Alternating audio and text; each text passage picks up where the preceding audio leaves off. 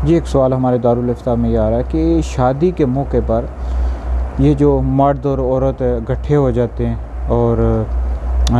नाचते हैं और आपस में गप्पे लगाते हैं, तो इस हवाले से क्या हुक्म है? तो याद रखें,